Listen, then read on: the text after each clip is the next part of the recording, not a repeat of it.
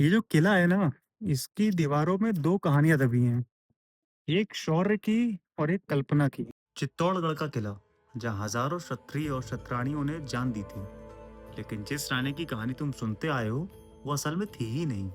कुछ साल पहले एक मूवी आई थी पद्मावत, जिसमें दिखाया गया था कि एक रानी की खूबसूरती के पीछे अलाउद्दीन खिलजी इतना दीवाना हो गया था कि उसने चित्तौड़गढ़ पर हमला कर दिया। लेकिन इतिहास कुछ और ही कहता है। असल में चित्तौड़ का किला उस वक्त एक अहम व्यापारिक मार्ग के बीच में स्थित था।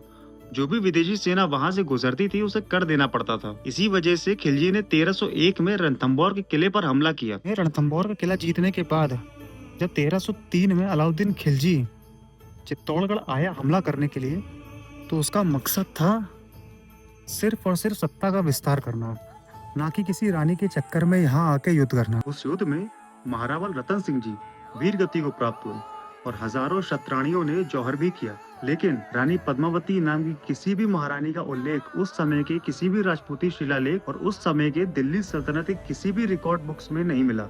पद्मावती एक काल्पनिक पात्र था, जिसका जन्म इस युद्ध के 237 साल बाद 1540 में एक पद्मावत नामक कविता में हुआ, जिसके राइटर थे मलिक मोहम्मद जायसी।